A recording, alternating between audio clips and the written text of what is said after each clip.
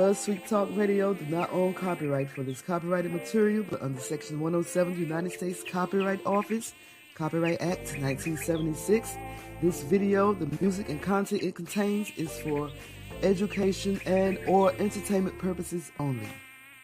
All right, I know people have been sitting there, but I gotta bring this queen up here. BeeSparrow. BeeSparrow. I was keeping my eye on that sparrow sitting over there with me. Come on in. What's up, BeeSparrow?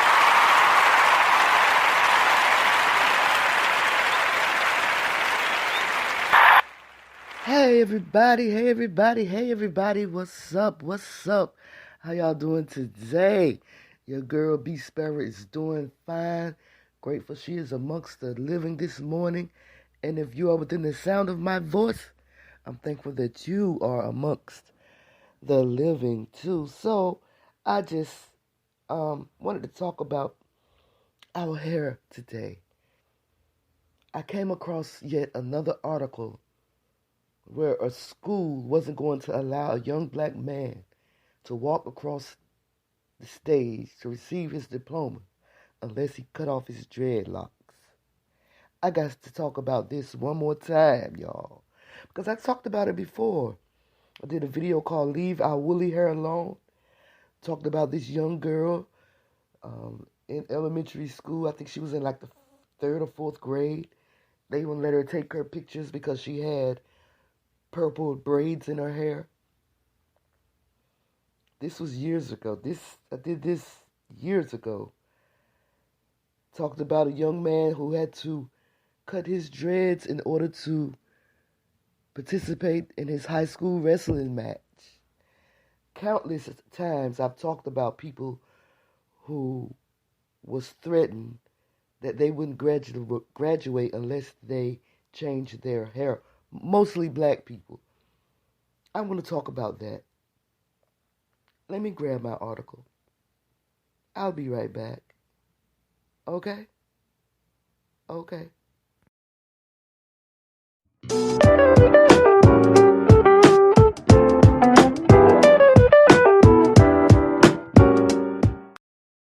What is up, y'all?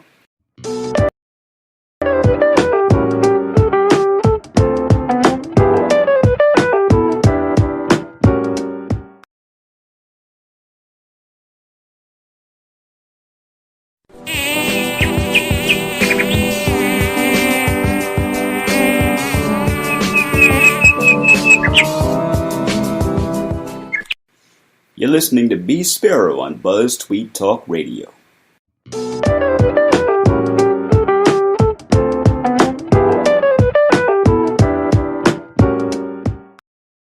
All right, y'all, that took a little bit longer than what I thought, but I have a couple of articles that I wanted to read from today.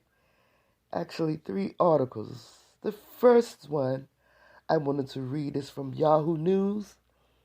And it says, loads of Caucasian male students in violation. High school senior files lawsuit after being asked to cut his locks to graduate. Judge grants the motion in his favor.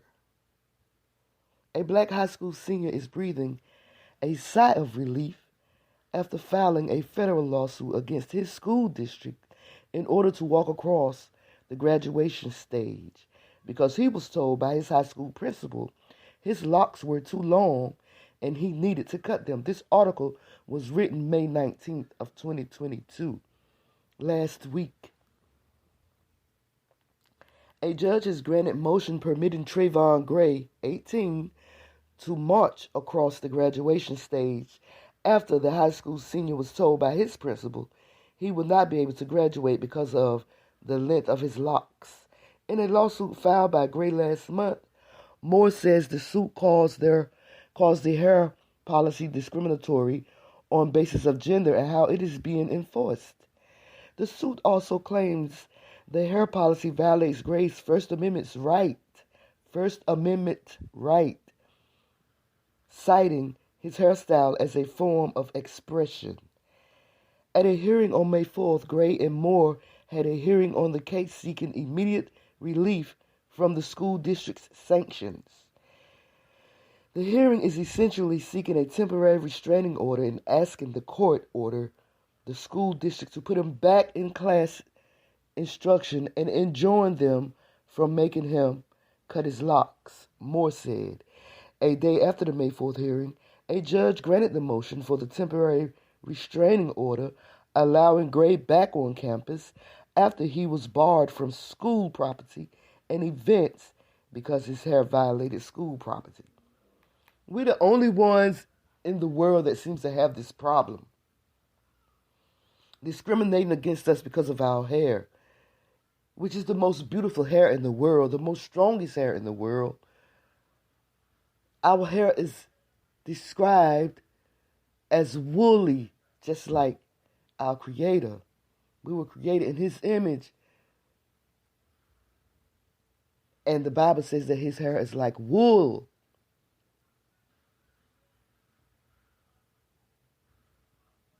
So, like I said, a day after the hearing, the judge granted the motion for the temporary restraining order to allow Gray back on campus. He said everybody was loving me. They were happy to see me, and they were like, "Oh my gosh, you're back." They were happy to see me, so I felt good, Gray said after returning to his high school campus on May 6th. Despite the motion granted by the judge, Gray and Williams' joy was, oh, wait a minute, so much popping up.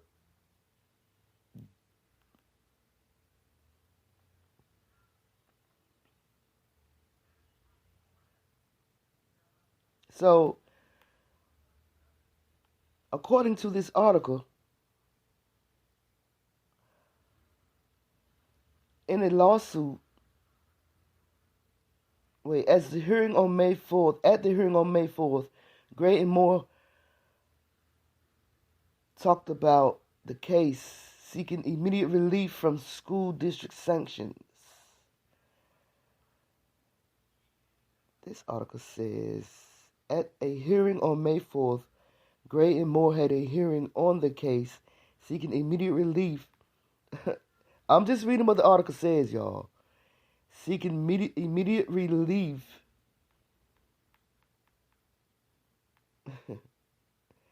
from the school district's sanctions. Okay, anyway, the hearing is essentially seeking a temporary restraining order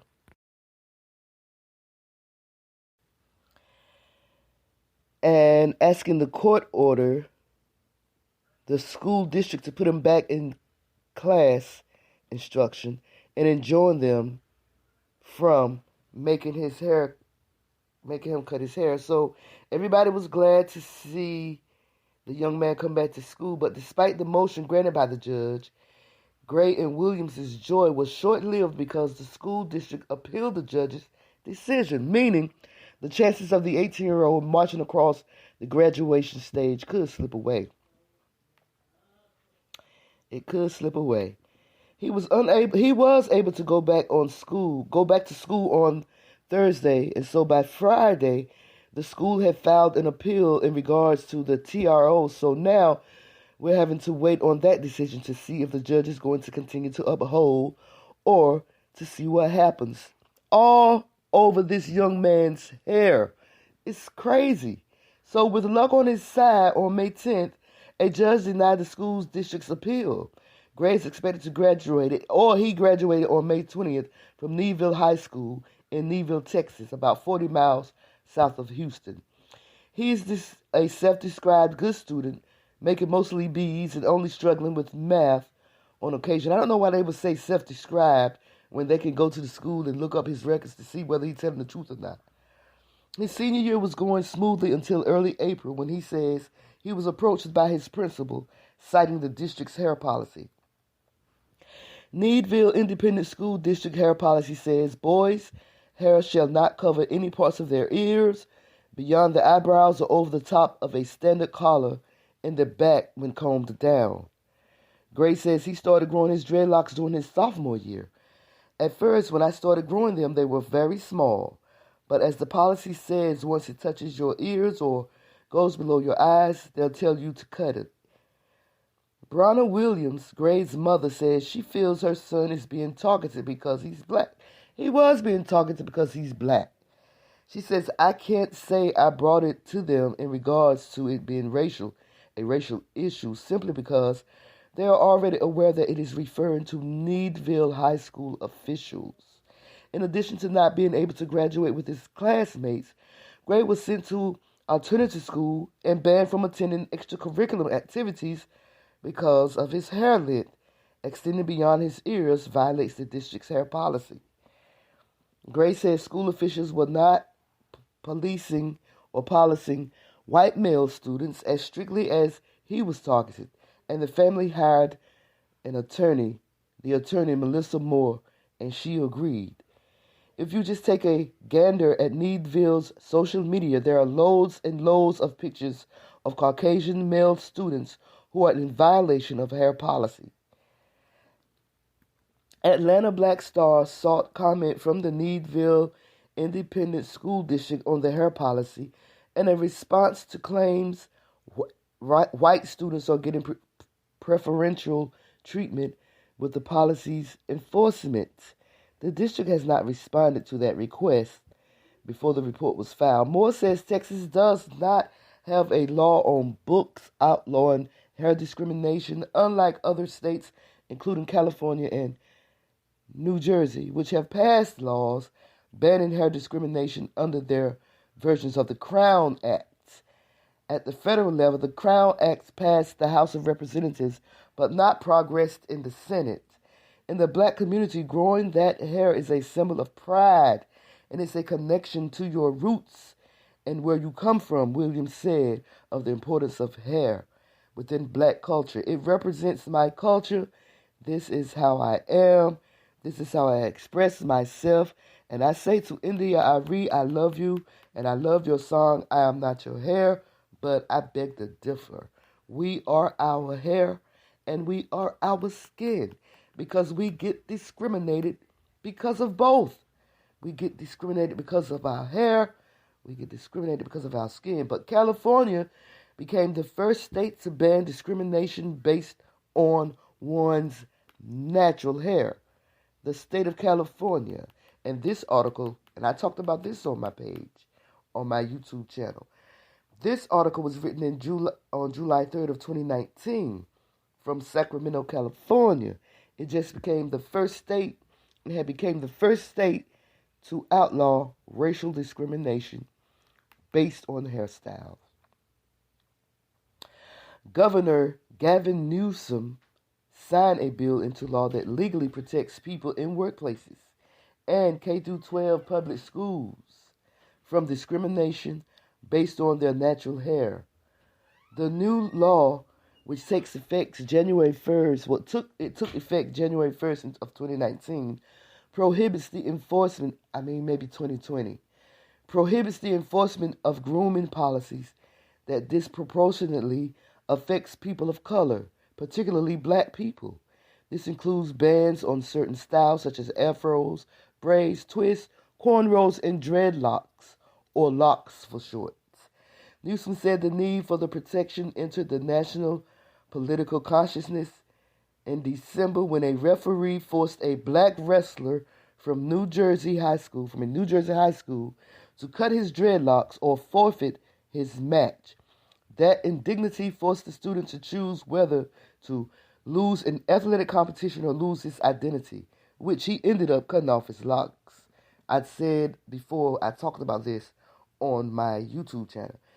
Back to this article, according to LA Times, that is played out in workplaces, it's played out in schools, not just in athletic competitions and settings, every single day across the United States of this here America, in ways that are subtle, in ways overt. Newsom said during a morning bill signing ceremony at the Capitol in Sacramento. The Crown Act, which passed unanimously in both the California Assembly and Senate as traits historically associated with race, to the state's list of classifications protected from discrimination, including race, sex, religion, color, national origin, disability, and sexual orientation. Supporters have said the legislation's acronym reflects its intention, creating a respectful and open workplace.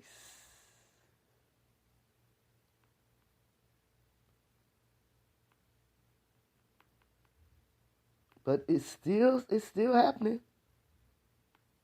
It's still happening.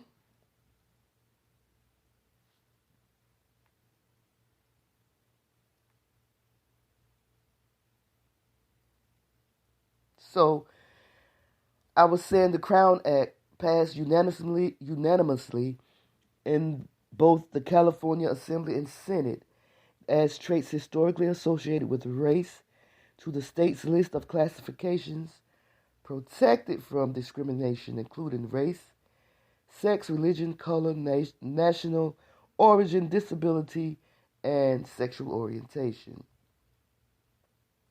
Supporters have said the legislation's acronym reflects its intention, creating a respectful and open workplace for natural hair.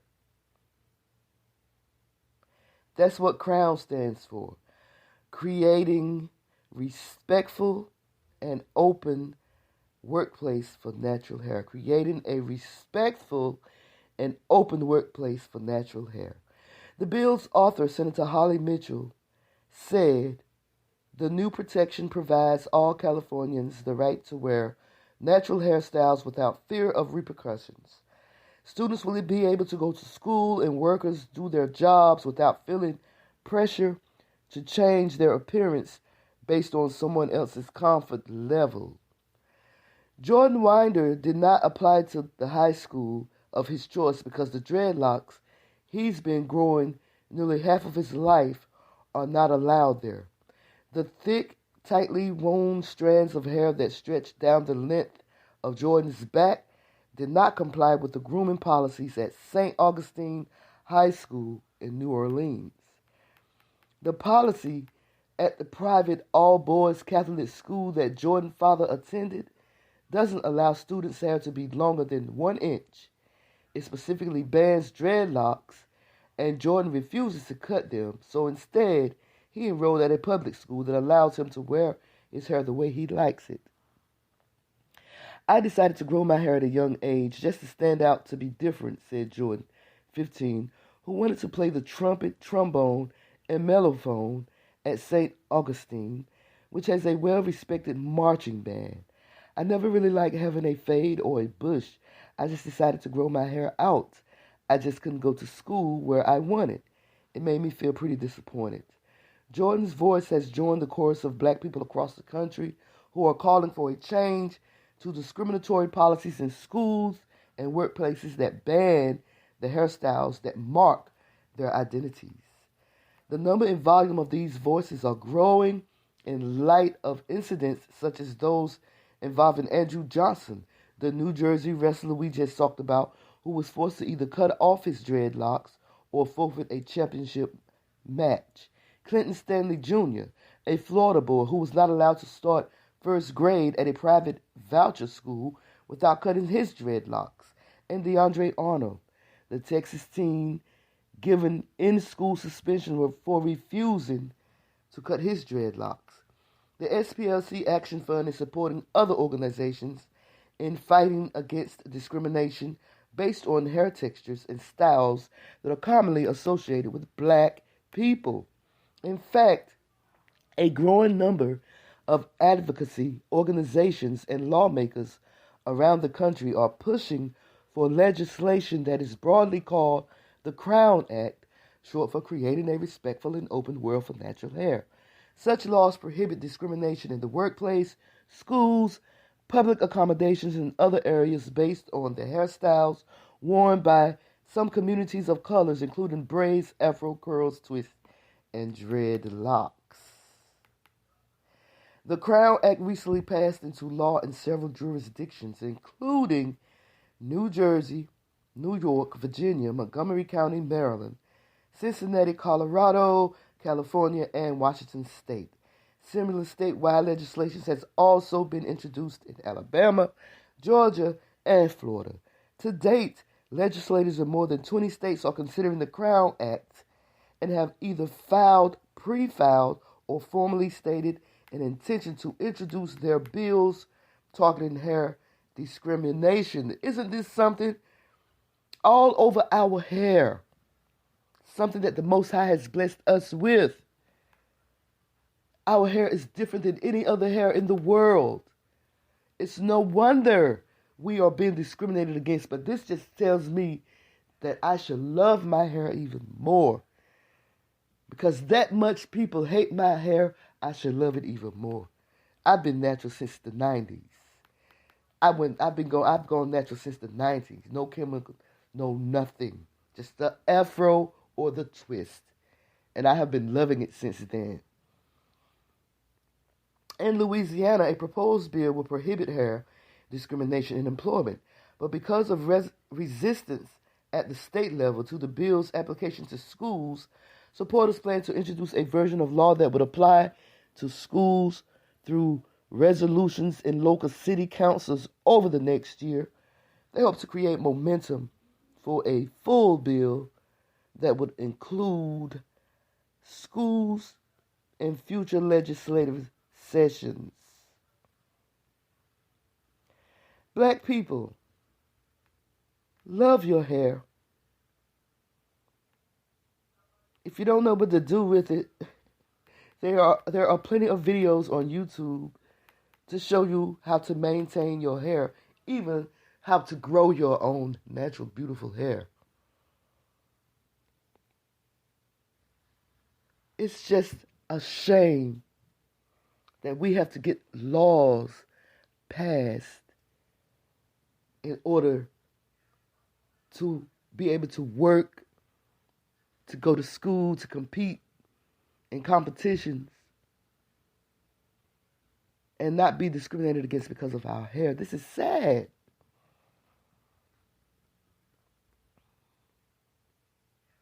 This is sad. So let me know what y'all think about this. Like, comment, subscribe, not just to my YouTube channel, but come on over here to my podcast on Spreaker.com, BuzzzTweet Talk Radio. Follow me there. And in return, I'll do the same. It's your girl, BeeSparrow, BuzzzTweet Talk Radio. Holla at y'all, girl. Okay? Okay?